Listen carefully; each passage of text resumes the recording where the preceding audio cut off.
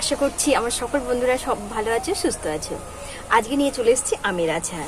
আম নিয়ে নিয়েছি, এখানে কাঁচা আমের আচার তৈরি করবো বন্ধুরা। কিছু পরিমাণে ডাটা নিয়ে নিয়েছি, নারকেলের ডাটা। এই ডাটা আর কাঁচা আম দিয়ে দুর্দান্ত স্বাদের একটা আচার তৈরি হবে। এই আচারটা বন্ধুরা অন্য সব আচার থেকে কিন্তু একদম আলাদা। তাহলে বন্ধুরা এবার আমি এগুলো কেটে নেব আর তোমাদের সাথে শেয়ার করব কি কি লাগবে না লাগবে। তাহলে বন্ধুরা চলো আচারটা বানাতে শুরু করে কেটে নেব। কিন্তু আমের এই যে ছোবড়াগুলোকে কিন্তু রেখে দেবো, এগুলো কিন্তু আমি ছিলবো না।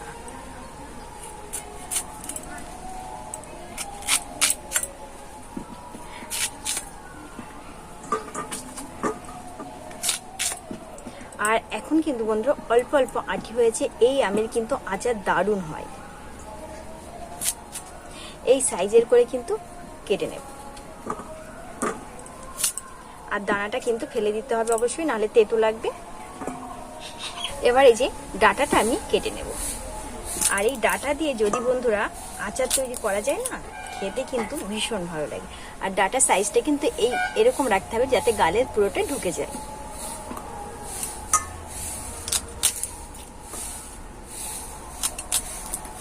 আমগুলো কিন্তু এই সাইজের করে আমি কেটে নিয়েছি। আর এদিকে কিন্তু ডাটাটাও কাটা হয়ে গেছে। এবার দিয়ে দেব লবণ, দিয়ে দেব হলুদ। আর সেম ভাবে এটাতেও আমি মাখিয়ে নেব লবণ হলুদ। জলের ব্যবহার কিন্তু একটুখানি জল ছাড়াই কিন্তু এটাকে আমি তৈরি করব। খুব ভালো করে আমের সঙ্গে লবণ হলুদটাকে মেখে নেব। রোদ্দুরে আমি দিয়েছি, অল্প অল্প রোদের মধ্যে দিয়ে দিয়েছি এটাকে। এই যে আচারের জন্য আমি একটা ভাজা মশলা তৈরি করব, তার জন্য নিয়েছি এখানে মৌরি নিয়েছি 1 চামচ, নিয়েছি কালো সর্ষে 1 চামচ, ধনে 1 চামচ। বন্ধুরা এখানে 2 থেকে 3টে নিয়েছি গোলমরিচ, কেননা গোলমরিচটা কম নিয়েছি, এই কারণে ঝালটা বেশি হয়ে যাবে। আর এখানে নিয়েছি শুকনো লঙ্কা। এই উপকরণগুলি কিন্তু অবশ্যই আচারের জন্য প্রয়োজন। তাহলে বন্ধুরা এবার আমি কড়াইয়ের মধ্যে দিয়ে এটাকে হালকা একটু ভেজে নেব। এদিকে আচারের জন্য মশলাটা একদম আমার ভাজা হয়ে গেছে।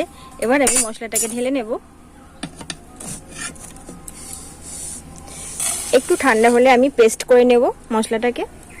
কড়াই দিয়ে দিয়েছি সর্ষের তেল। আর সর্ষের তেলে আচার করলে কিন্তু আচারটা খেতে কিন্তু দারুণ টেস্ট হয়। এবার আমি তেলে দিয়ে দেব ফোড়ন, নিয়েছি শুকনো লঙ্কা আর কালো জিরে। ফোড়নটা ভাজা ভাজা হয়ে গেছে। এবার আমি আমগুলো দিয়ে দেব।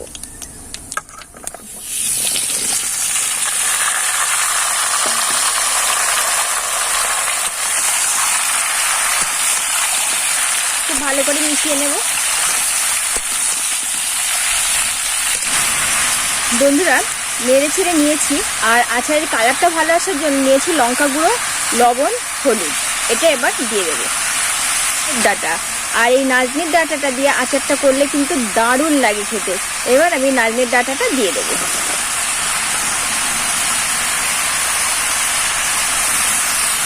আর সমস্ত উপকরণ খুব ভালো করে এবার মিশিয়ে নেব।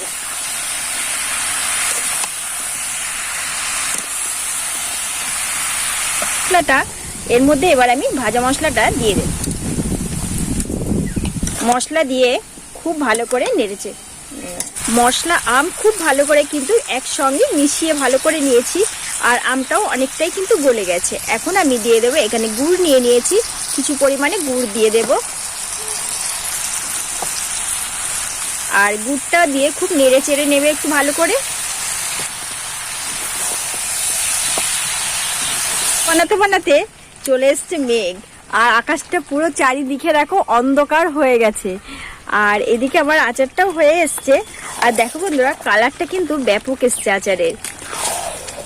আর এই টক ঝাল মিষ্টি আমের আচার আর নারকেলের আচার খেতে যে এত ভালো লাগে বন্ধুরা, বাড়িতে যদি কোনোদিন না খেয়ে থাকো অবশ্যই একবার চটজলদি বাড়িতে বানিয়ে ফেলো আর খাবে। দারুণ লাগে খেতে, ভীষণ ভীষণ ভালো লাগে। এটা এবার আমি নামিয়ে নেব। এই আমের আচার একদম আমার রেডি হয়ে গেছে। আর নাজনে ডাঁটা দিয়ে আম দিয়ে এই আচারটা একবার অন্তত বাড়িতে বানিয়ে খাবে বন্ধুরা, খেতে কিন্তু ভীষণ ভীষণ ভালো লাগে। 100% গ্যারান্টি দিয়ে বলতে পারি যে এতই ভালো লাগে। অবশ্যই বন্ধুরা বানিয়ে খেয়েও বাড়িতে, ভীষণ ভালো লাগে। আর যারা খেয়েছো কমেন্টে জানাবে কেমন লাগে। বন্ধুরা আমার এই টক ঝাল মিষ্টি আমের আচার তোমাদের কেমন লাগলো অবশ্যই কমেন্টে জানাবে, তোমাদের ভীষণ ভীষণ ভালো লাগবে। তাহলে বন্ধুরা আজ আমি এখানেই রাখছি, দেখাবো অন্য একটা রেসিপির সঙ্গে। সুস্থ থেকো, ভালো থেকো, সাবধানে থেকো।